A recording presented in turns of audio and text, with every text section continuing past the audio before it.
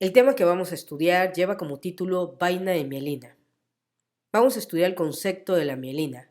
La mielina es una capa de lipoproteínas y glucoproteínas que forman una vaina de aislamiento iónico que interviene durante un potencial de acción para el proceso de neuroconducción. Esta vaina de mielina o mielina, si estamos hablando del sistema nervioso central, está formada por las células oligodendrocito. Y si estamos hablando del sistema nervioso periférico, que corresponde a los 31 pares de nervio raquídeo y los 12 pares craneales, así como los nervios simpáticos, entonces la célula que va a otorgar la mielina es la célula de Schwann. La célula de Schwann fue descrita en 1839 por Theodor Schwann y constituye la glía del sistema nervioso periférico, por eso su apellido de célula de Schwann. Ahora vamos a estudiar el origen de la célula de Schwann. Con respecto al origen, la célula de Schwann se origina en la célula de la cresta neural. Vemos esta imagen y vemos al tubo neural. Se separa el neuroectodermo superficial que corresponde a la epidermis y vemos a la célula de la cresta neural que corresponde a las extremidades del neurotubo que se separan. Esto se va a explicar a mayor detalle en desarrollo del sistema nervioso central. Entonces, colegas, se origina la célula cresta neural y estas células van a originar a la célula de Schwann y a las células capsulares. Ambas son células de las neuroglias periféricas. Aprovechando la imagen y una pregunta de examen, ¿cuáles son los derivados de la célula de la cresta neural? Número 1 va a originar las lectomeninges. La palabra lecto significa delgado, entonces va a originar dos, pia madre y aracnoides. La dura madre no es una lectomeninge, su nombre lo dice, es una paquimeninge, es una meninge muy dura. También se va a originar de la célula de cresta neural las glías que van a recubrir a los ganglios craneales. A los ganglios craneales corresponde a ciertos pares craneales, tienen ganglios. Te voy a poner un ejemplo, el 10º par craneal tiene ganglio, el 9º par craneal también y el 8º par craneal.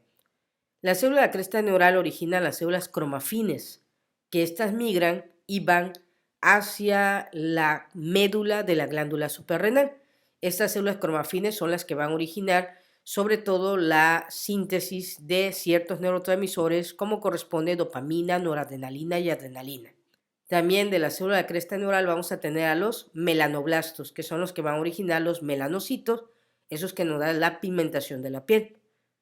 De la célula de cresta neural tenemos las glías de los ganglios espinales. Acuérdate que los 31 pares de nervio raquídeo tienen unos ganglios sensitivos. También nos va a originar los ganglios paravertebrales simpáticos, así como los ganglios que se van a encontrar a nivel de las vísceras para formar el plexo de Meissner y el plexo de Auerbach. Y lógico, también de la célula de cresta neural, ya platicamos, se origina la célula de Schwann.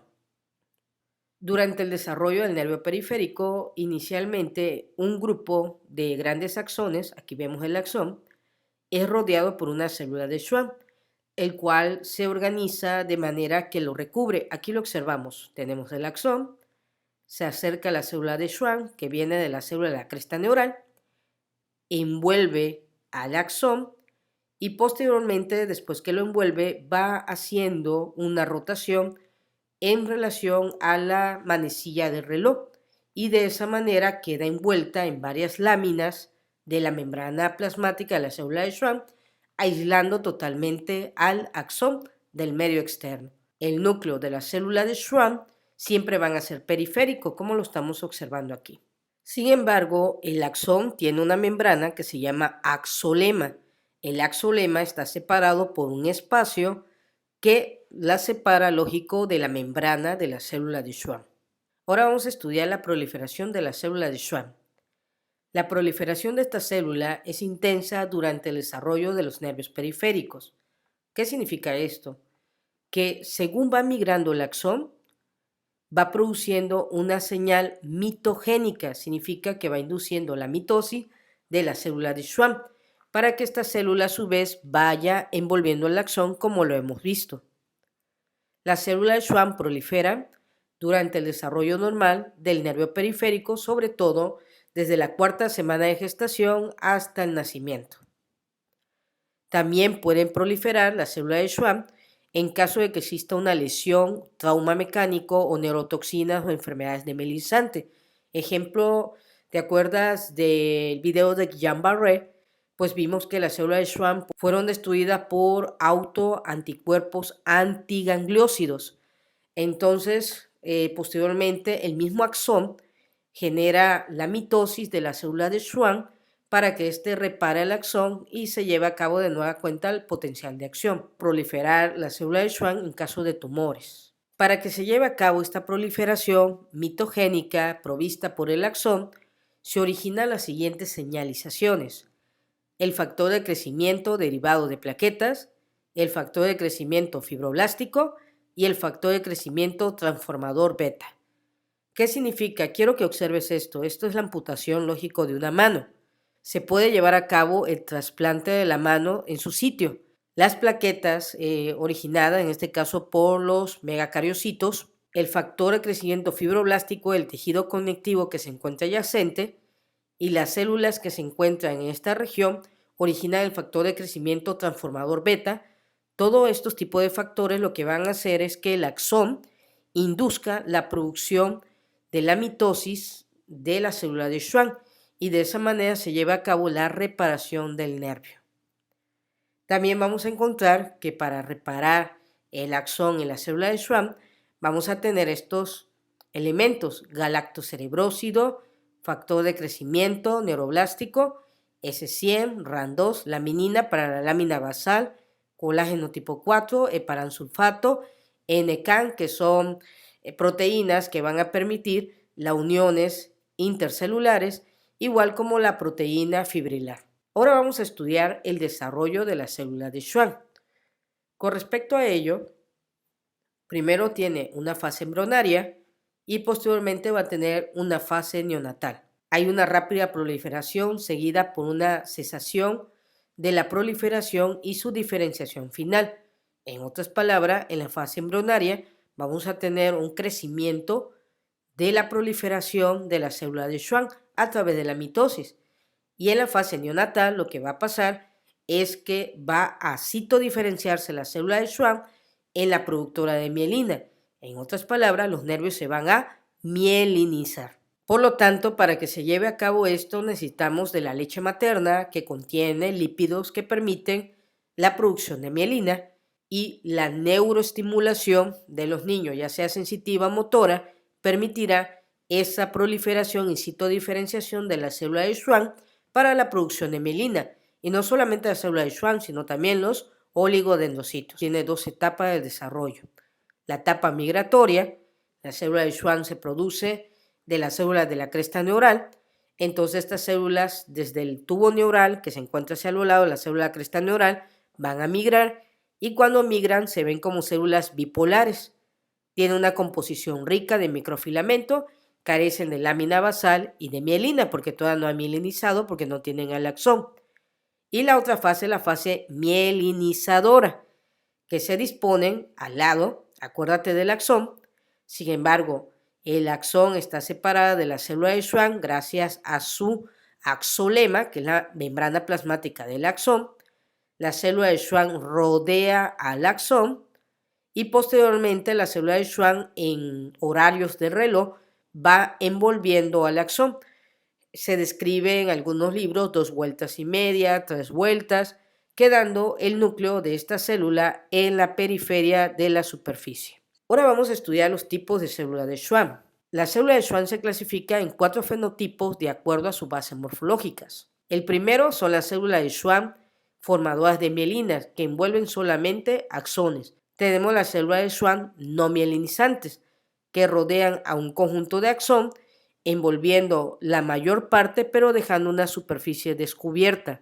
De esta forma tenemos los axones mielínicos y axones amielínicos. También tenemos la célula de Schwann que se relaciona con las células satélites para envolver a los ganglios, ya sean raquídeos, simpáticos o parasimpáticos. Y tenemos la célula de Schwann tubulares que originan las bandas de Punner. en los segmentos distales de los nervios seccionados, que corresponden a aquellos axones que tuvieron algún evento traumático, y esta célula de Schwann genera sus bandas para permitir los procesos metabólicos y se lleva a cabo la reparación del axón y de la célula de Schwann. En otras palabras, si el axón está lesionado, induce que la célula de Schwann lo repare. Al revés, si la célula de Schwann se encuentra lesionada, el axón induce que la célula de Schwann sea reparada. Y esto va a permitir la regeneración del axón. Ahora vamos a estudiar los dominios citoplasmáticos de la célula de Schwann. La célula de Schwann posee 5 dominios citoplasmáticos que permiten estudiar la organización metabólica de la célula mielinizadora. Vamos a identificar estos dominios. Tenemos en primer lugar el dominio perinuclear, que se encuentra alrededor del núcleo. Tenemos los dominios de canales citoplasmáticos superficiales. Estos canales permiten, en este caso, el transporte de ciertos elementos metabólicos que van de la célula de Schwann al axón. Tenemos también la incisura o cisura de Smith-Lantermann. Corresponde a un laberinto que permite el intercambio de procesos metabólicos y metabolitos entre cada una de las láminas que están formadas por la célula de Schwann. También vamos a contar con los dominios paranodales, que estos dominios paranodales son las que permiten la separación de una célula de Schwann de otra para delimitar al nodo de Ranvier. Y tenemos los dominios ada-axonal, que son los que se relacionan sobre todo entre un axón y una célula de Schwann. El eje de actividad metabólica de la célula de Schwann es el dominio perinuclear. Contiene la mayoría de las organelas, aparato de Golgi, retículo plasmático rugoso, mitocondrias, entre otras, implicadas en la síntesis de lípidos y proteínas. Ahora vamos a preguntarnos qué es la mielina. La mielina es una organela celular única. Así como lo escucha, es una organela, como el aparato de Golgi, como el retículo endoplasmático rugoso, formada por la extensión modificada de la membrana plasmática de la célula de Schwann en el nervio periférico. La célula de Schwann requiere contacto axonal para fabricar la mielina.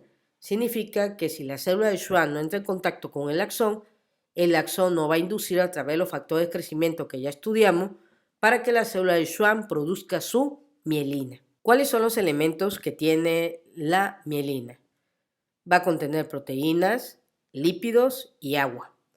Dentro de las proteínas tenemos las lipoproteínas, proteínas básicas de mielina, glicoproteínas asociadas a la mielina, sobre todo que permite la mielinización entre el axón y la glía, proteína 0, que compacta la mielina, proteína periférica 22, proteína glial fibrilar ácida y permite la relación de un axón amielínico con un astrocito fibroso. Tenemos la proteína de superficie RAN2, antígeno A5E5 y también tenemos las proteínas IAN-CAN, que son moléculas de adhesión neuronal, la molécula de adhesión L1 y también tenemos los proteolípidos proteicos. El lípidos tenemos que ocupa el 70 al 80% de los lípidos de la membrana de la mielina.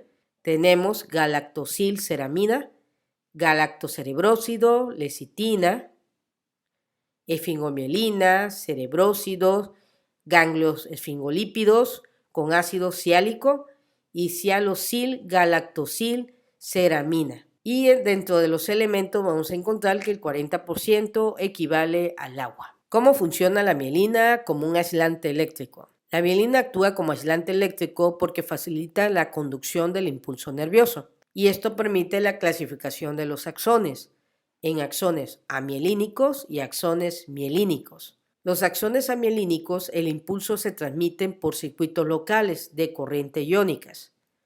En otra palabra, la conducción se hace más lenta y es una propagación continua, que dentro del axón es negativo y fuera del axón es positivo. Acuérdate que la negatividad está dada por el contenido aniónico que tienen los axones en su interior, originado por el ADN que tiene fosfato o, en este caso, organelos que tienen demasiados aminoácidos con cargas neutras y negativas. y por fuera es positivo. Entonces, si se origina un potencial de acción, la propagación es de forma continua. Y el otro tipo de conducción es el axón mielínico.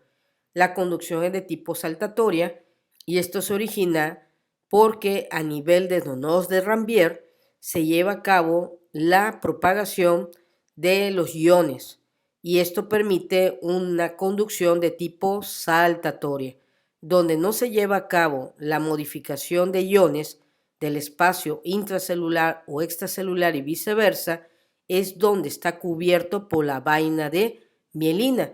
Por lo tanto, actúa como un aislante eléctrico. Significa que solamente en los nodos de Rambier se va a llevar a cabo el potencial de acción. En los axones mielínicos y en los axones amielínicos, durante el trayecto del axolema, el axolema, que es la membrana plasmática del axón, no cubierto por la célula de Schwann. Ahora vamos a platicar del nodo de Rambier.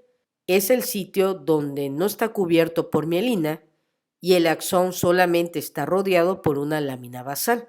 El impulso local generado allí no puede fluir por las altas resistencias de la vaina de mielina, porque acuérdense que la vaina de mielina son aislantes.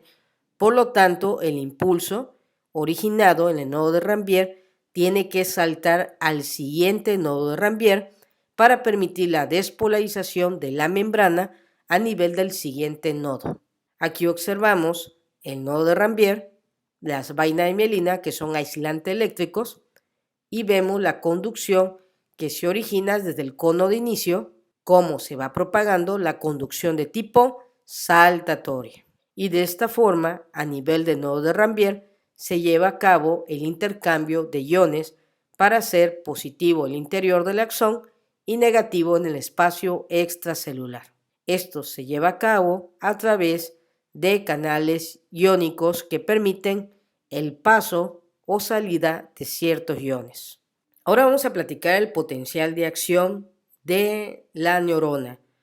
Vamos a hacerlo de manera generalizada porque es un tema de fisiología.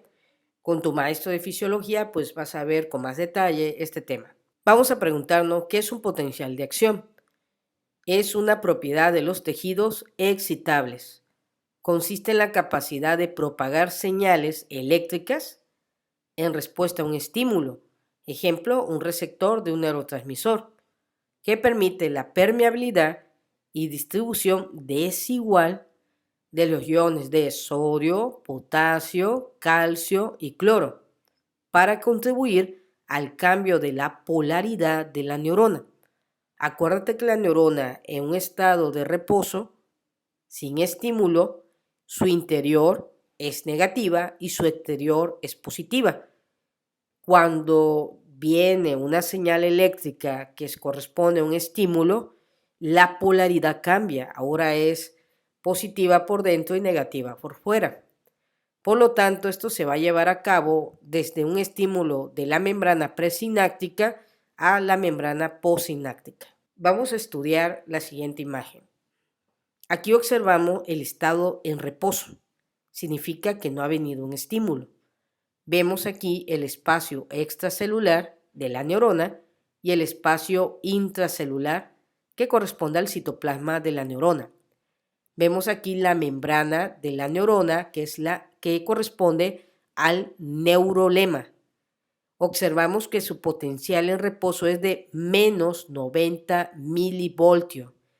Te debo de comentar que este voltaje puede variar, puede ser menos 90, menos 80.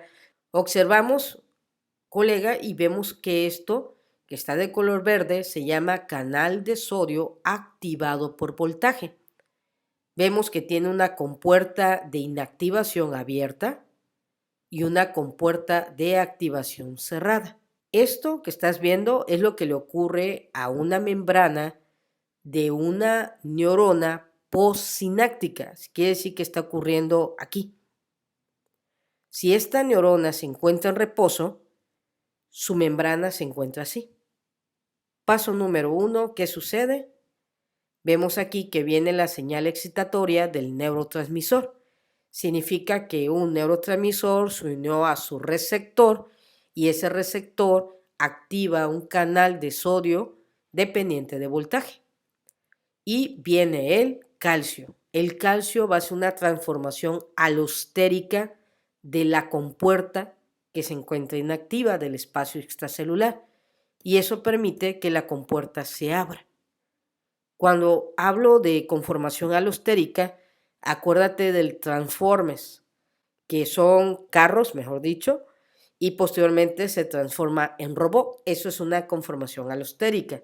Significa que esta puerta estaba cerrada y ahora está abierta, un ejemplo. Entonces, como se encuentra ya, la llamamos compuerta de activación. Acuérdate que vino un potencial de acción inducido por un neurotransmisor a través de un receptor. Este receptor es un receptor dependiente del canal de sodio, activado por voltaje. Entonces quiero que veas qué ocurre. Acuérdate que tienes menos 90 milivolts, que es reposo.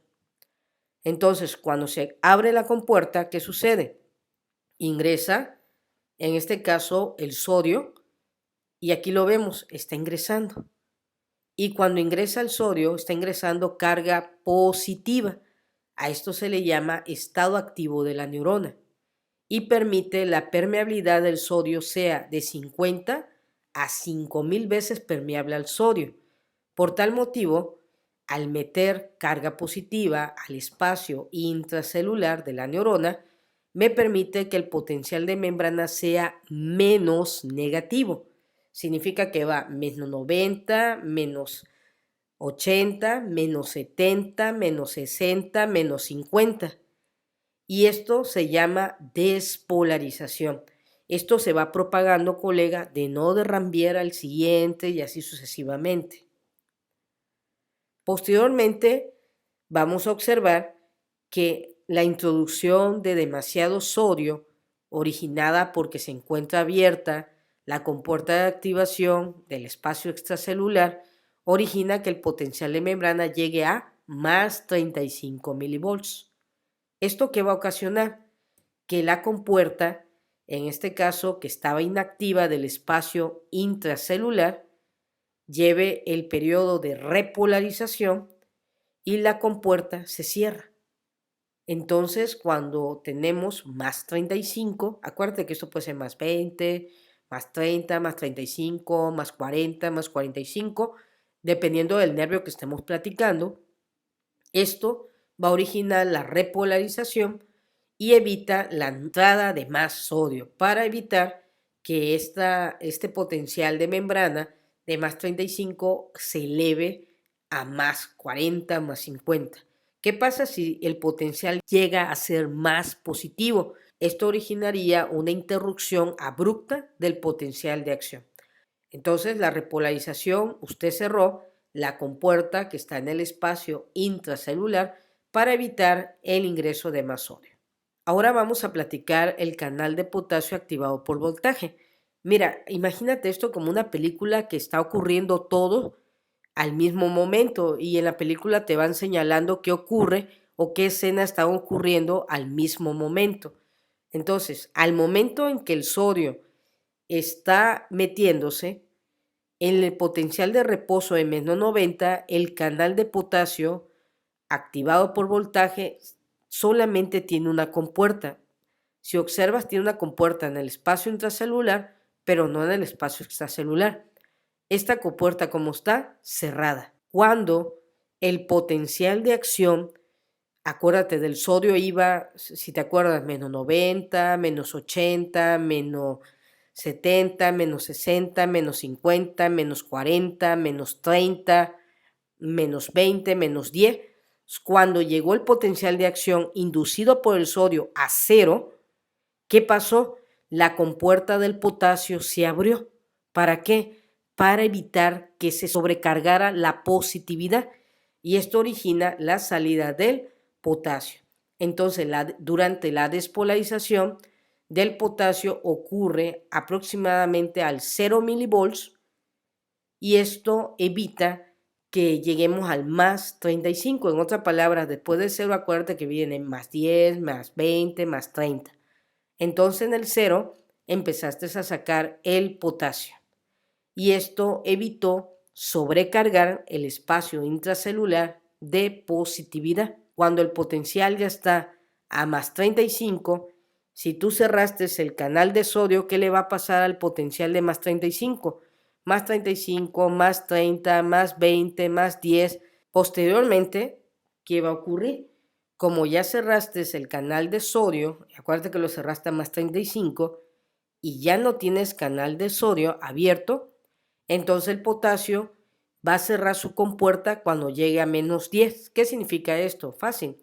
Estás a más 35, entonces ahora vas a hacer más 35, más 30, más 20, más 10, 0, menos 10.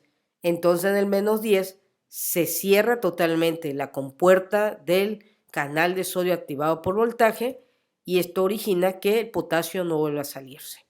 Y a esto se le llama repolarización del potasio. Ahora tenemos un detalle. Tenemos sodio en el interior y potasio en el exterior.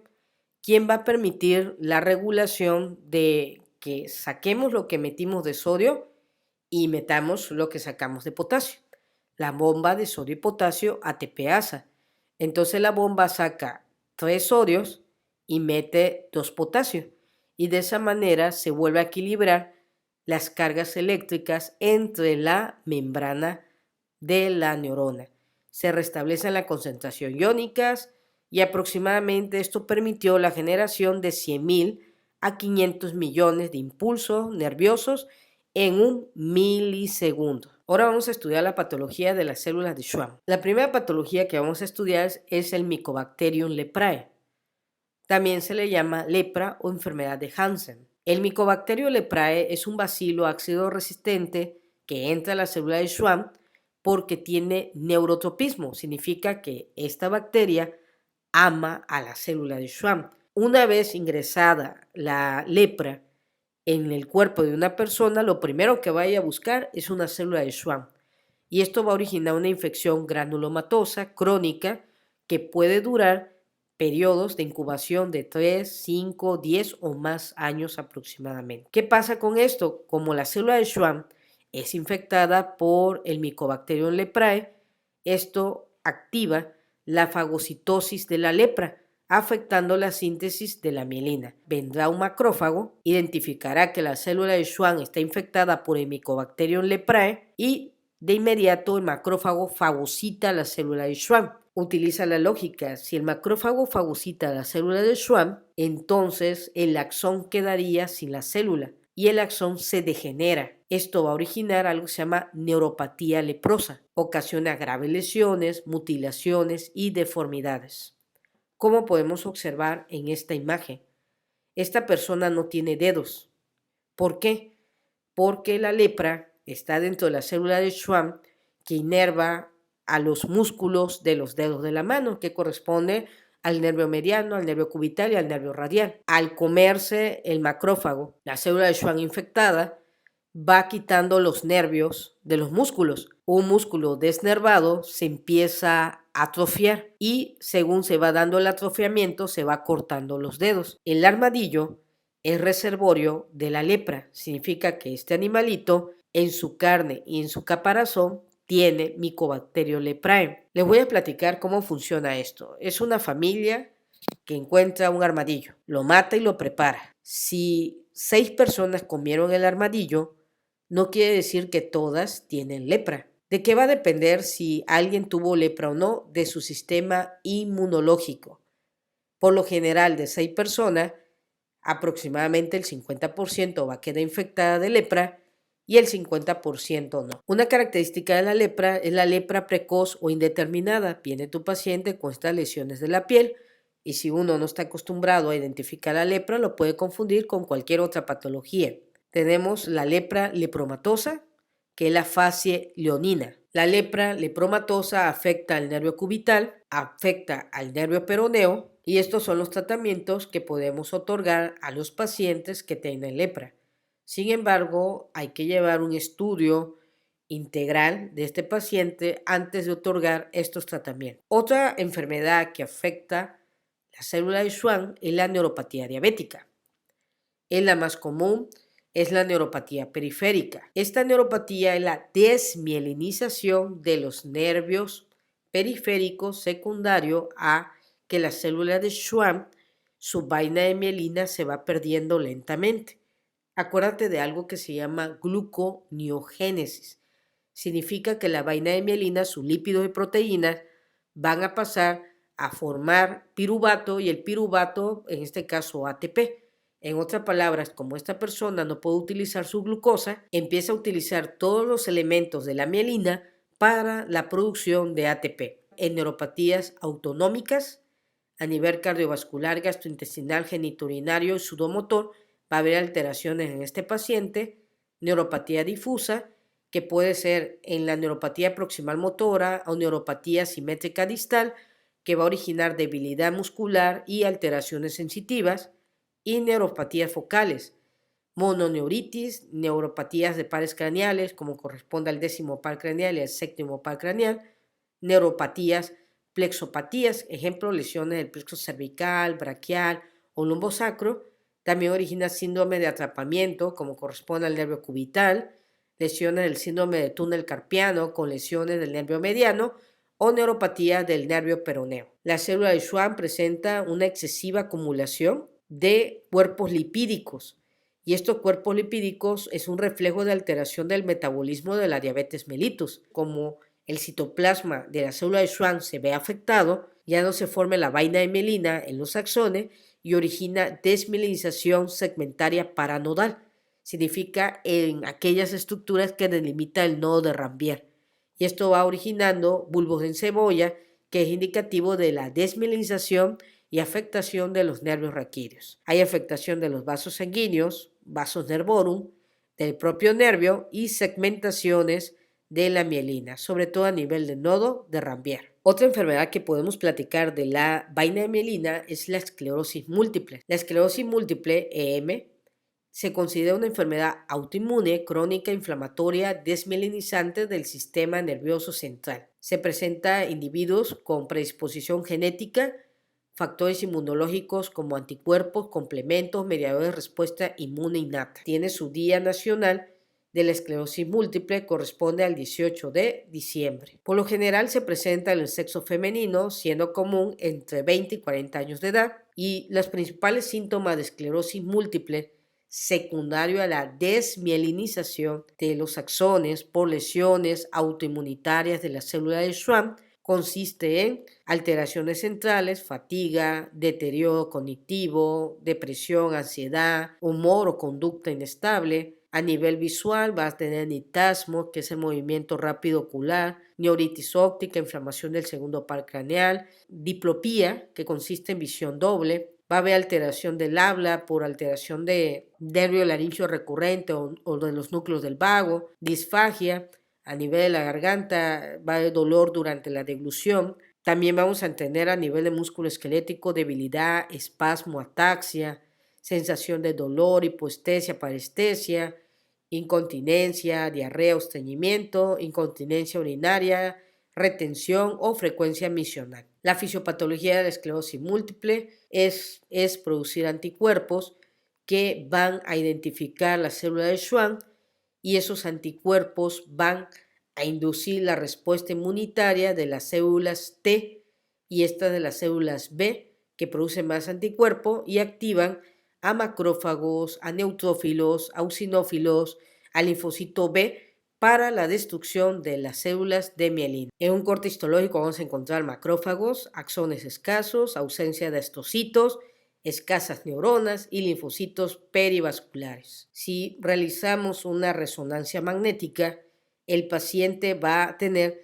zona desmielinizantes, sobre todo a nivel de los ganglios basales o corteza cerebral, y da las características de los dedos de Dodson. Colega, hemos terminado el tema de vaina de mielina. Acuérdate que si hay alguna duda, preguntar en clase, y me pides por favor que te realice el dibujito de potencial de acción para que no quede duda de la relación entre la activación del canal de sodio y del potasio. En la clase de fisiología vas a ampliar tu conocimiento del potencial de acción de las neuronas.